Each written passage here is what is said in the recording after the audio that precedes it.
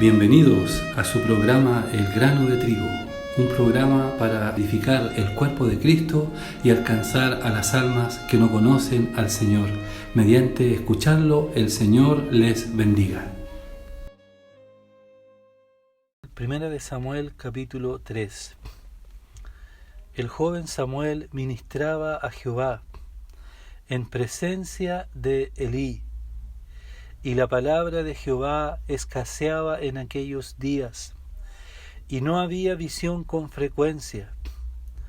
Aconteció un día que, estando Elí acostado en su aposento, cuando sus ojos comenzaban a oscurecerse, de modo que no podía ver, Samuel estaba durmiendo en el templo de Jehová, donde estaba el arca de Dios, y antes que la lámpara de Dios fuese apagada, Jehová llamó a Samuel, y él respondió: heme aquí.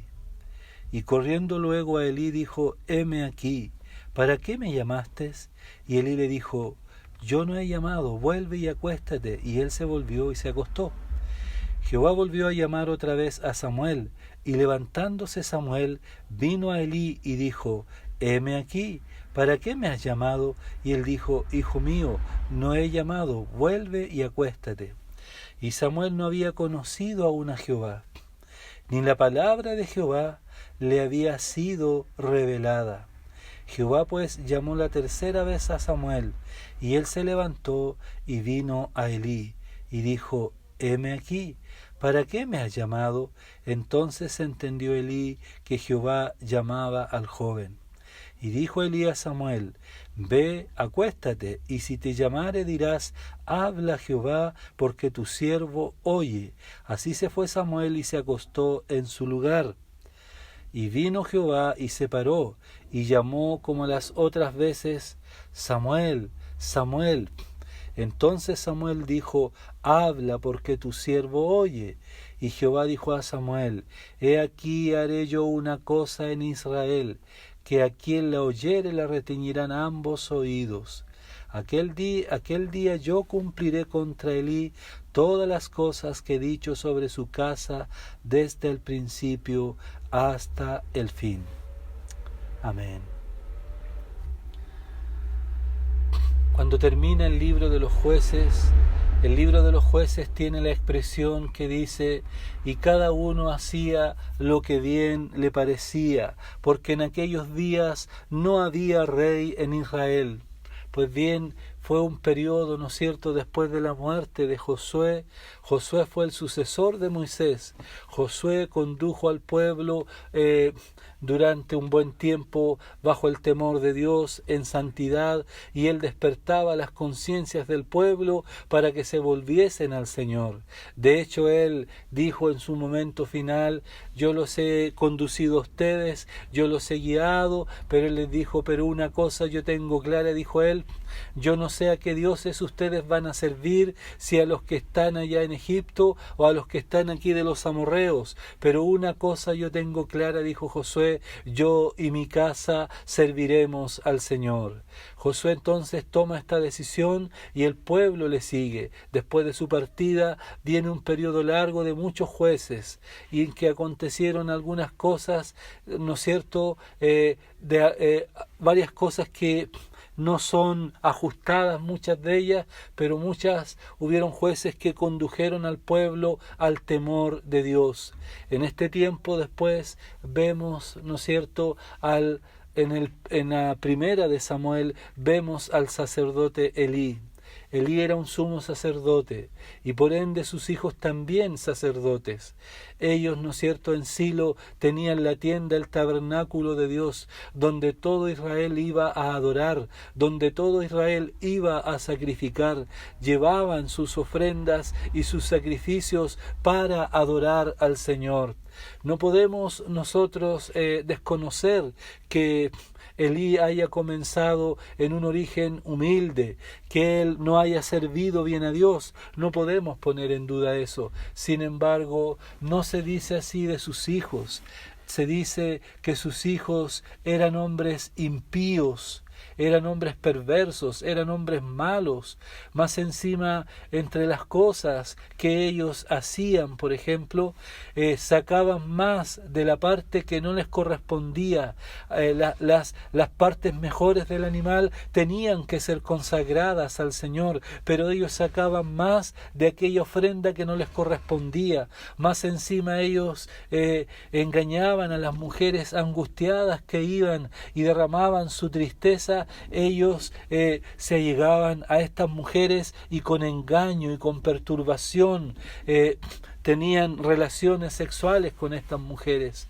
Vemos entonces que todos estos males que hacían los hijos de Elí era un pecado abominable delante del Señor, porque ellos despreciaban las ofrendas y los sacrificios del Señor. Vemos más encima que ellos no tenían conocimiento de las cosas santas, no tenían conocimiento de la palabra de Dios. Vemos entonces que la condición era una condición ruinosa, era una condición deplorable de estos siervos, de estos hombres que estaban sirviendo al Señor. Es decir, eran hombres impíos, instrumentos del diablo para desviar al pueblo.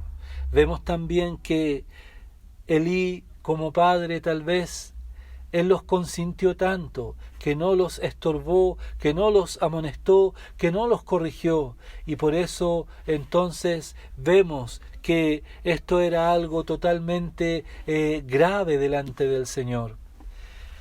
Vemos entonces en aquellos días que no había palabra de Dios. La palabra de Dios escaseaba y dice que no había visión. Pero vemos cómo en alguna manera el maligno siempre ha procurado apagar esta lámpara de Dios. El maligno siempre ha querido apagar, ¿verdad?, esta lumbrera, la lumbrera que debe guiar a los perdidos, la lumbrera que debe guiar a aquellos. Cuando dice, por ejemplo, tenemos una expresión aquí en Malaquías capítulo 2,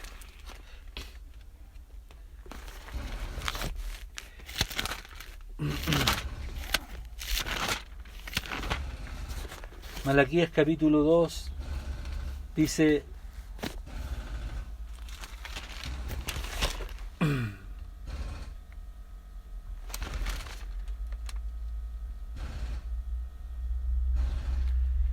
verso 5 dice: mi pacto con él fue de vida y de paz, las cuales cosas yo le di para que me temiera, y tuvo temor de mí, y delante de mi nombre estuvo humillado.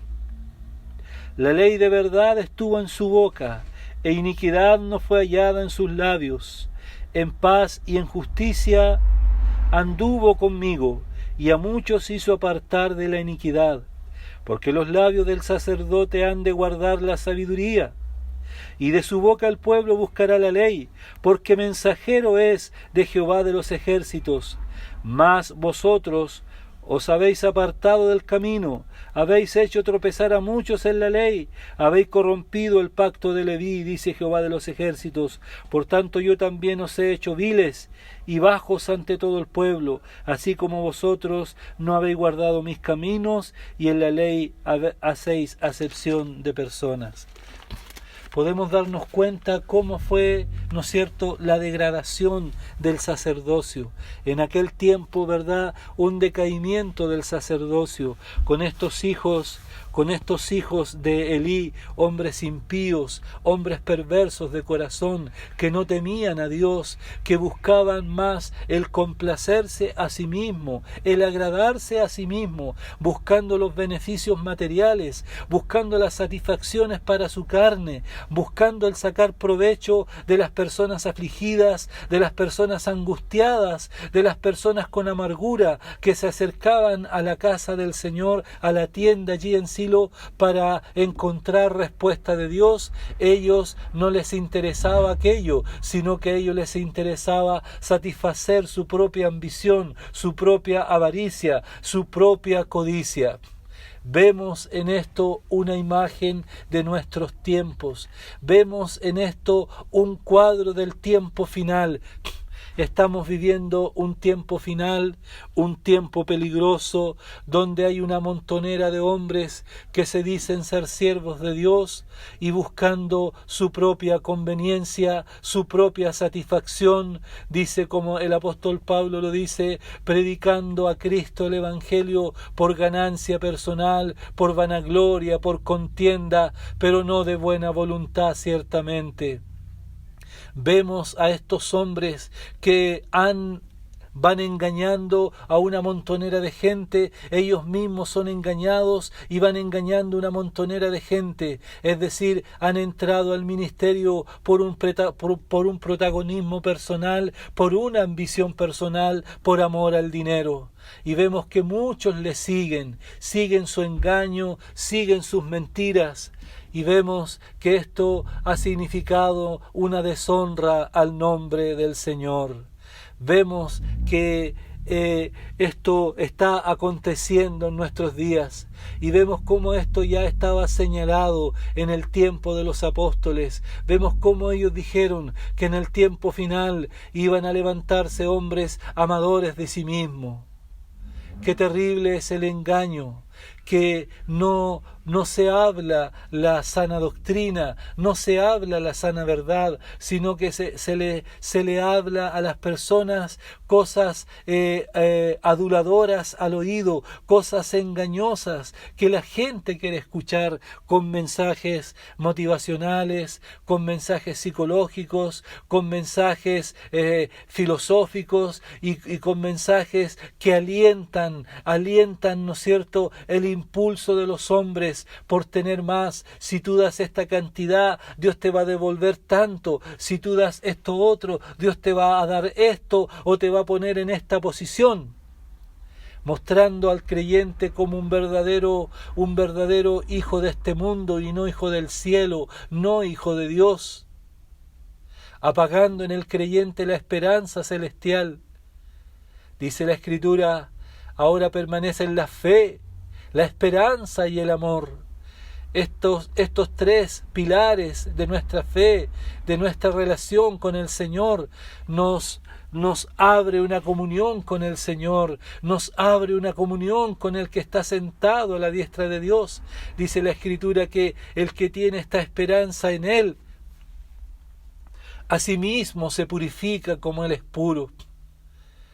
Pero Dios en todo tiempo se ha reservado una lámpara, dice, antes que la lámpara de Dios fuese apagada. Gloria al Señor, porque nunca la lámpara de Dios ha sido apagada. Allí estaba este joven Samuel. De niño él fue concedido y dedicado a Jehová. De niño él creció viendo y aprendiendo cómo se servía al Señor. Él tenía temor de Dios en su corazón. Samuel amaba a Dios. Él creció viendo todas las atrocidades que los hijos de Elí hacían omnis y fines. Él vio. Sin embargo, dice que él estaba allí. A él le gustaba estar donde estaba el arca, donde estaba la presencia de Dios, donde estaba la lámpara de Dios, allí estaba él. Y dice que aún no conocía la palabra de Dios. La palabra de Dios dice que aún no le había sido revelada. Pero sin embargo allí estaba, porque algo ya tal vez ardería en su corazón, tal vez algo ya ardería en su alma. Y porque él amaba a Dios. Bendito es el nombre del Señor. Y Dios le llama. Él entendió que el primer llamado era Elí que le llamaba. Dice que Elí, como dijimos al principio, no dudamos que él tuvo un comienzo sabio, humilde, sirviendo al Señor, pero en el tiempo, por no estorbar a sus hijos, por no corregirlos, la palabra dice que él amó más a sus hijos que a Dios, que él honrara a Dios. Y dice que él se tornó viejo, gordo y con la vista corta. Estas tres características negativas nos hablan de cuando se enfría el corazón de un hombre que ama a Dios, se torna perezoso y por no permanecer en la comunión con Dios no hay una visión profunda, no hay un discernimiento adecuado de las cosas santas, de las cosas que agradan a Dios, no hay un discernimiento ejercitado entre lo que honra y no honra a Dios. Hoy día, en este tiempo que nosotros vivimos, se ha hecho un empeño en tratar de que la iglesia se arraigue en esta tierra, de que la iglesia se mezcle con la mundanalidad, se mezcle con la política, los cantos mundanales, etcétera. Todas esas cosas han entrado en la casa del Señor y es una deshonra al nombre del Señor. Gracias al Señor por este Samuel. Dice que el niño iba creciendo en gracia delante de Dios y para con los hombres. Así es la relación de un hombre que ama a Dios. Así es la relación de los hijos de Dios. Debemos crecer en la comunión íntima con Dios, en el amar a Dios, porque Dios mira los afectos profundos de nuestro corazón. Dios no se impresiona con la multitud de palabras, con la multitud de acciones que el hombre puede hacer, sino que Dios es el que pesa y escudriña lo más profundo del corazón de los hombres. Cuando en nuestro corazón se va formando este amor hacia el Señor, hacia su palabra, hacia su santidad, hacia el honrarle, aún en lo que hacemos en lo secreto, ¿verdad? Esto se va manifestando hacia afuera, porque este amor profundo con Dios, este amor de caminar con Él, de amar la comunión con Él, de amar su palabra, de amar el estar con Él, va teniendo una consecuencia hacia afuera, en buscar también el bien para con los demás. Dice la palabra que el que salva almas es sabio. Dice la palabra que si alguno hace volver a un pecador de su mal camino, se cubrirán multitud de pecados. Cuando amamos al Señor, la luz de Dios va creciendo. Así de igual manera, este Samuel fue llamado y Dios se le revela. Y lo primero que le revela, le dice Elí, ve y porque si es Jehová, di, habla porque tu siervo oye. Pues él obedeció y fue, y Jehová le revela. Y el primer mensaje que le revela fue un mensaje de juicio. Tiene que haber sido algo perturbador para Samuel, que entre las primeras palabras, cuando le habla el Señor, en esas primeras palabras, juicio había para la casa de Elí. Y dice, Jehová había determinado matar a estos dos jóvenes impíos. Vino el juicio del Señor sobre la casa de Elí por haber desviado al pueblo, por haber desviado a la nación de Israel, al pecado y a la deshonra del nombre del Señor. Vemos en este tiempo cómo la lámpara de Dios sigue ardiendo. Vemos también cómo el maligno ha hecho todos los esfuerzos posibles por apagar la lámpara de Dios. El apóstol Pablo le dijo a Timoteo, aviva el fuego del don de Dios que está en ti. Cada creyente, cada hijo de Dios, hay una luz de Dios en nuestras vidas, hay una lámpara de Dios que está ardiendo en nuestro corazón. Dice Pedro, tenemos la palabra profética más segura, dice, a la cual hacéis bien en estar atentos como una antorcha que alumbra en un lugar oscuro, hasta que el lucero de la mañana salga en vuestros corazones, dice. La palabra de Dios es como una antorcha que tiene que alumbrar, que tiene que arder en nuestro corazón en un tiempo de tanta confusión, en un tiempo de tanta mentira, en un tiempo donde la sana doctrina está sufriendo. Esta lámpara de Dios tiene que arder en nuestro corazón para alumbrar, para ser levantada en nuestras vidas, en nuestro corazón. Aprender a amar al Señor en lo secreto, aprender a amar al Señor en la intimidad, en comunión con Él. Que esta lámpara de Dios pueda alumbrar y arder en nuestras vidas para la gloria del Señor. Amén.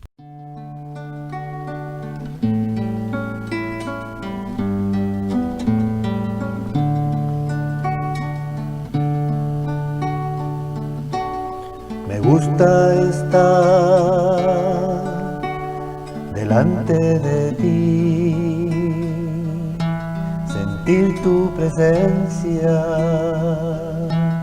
y tu dirección. Me gusta sentir tus caricias, Señor. Derramo mi corazón en adoración. Me gusta sentir tus caricias, Señor. Derramo mi corazón en adoración. Me gusta estar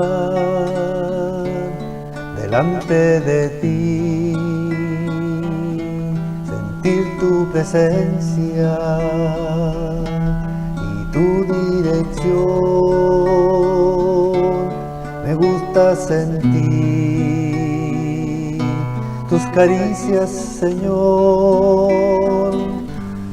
Derramo mi corazón en adoración. Me gusta sentir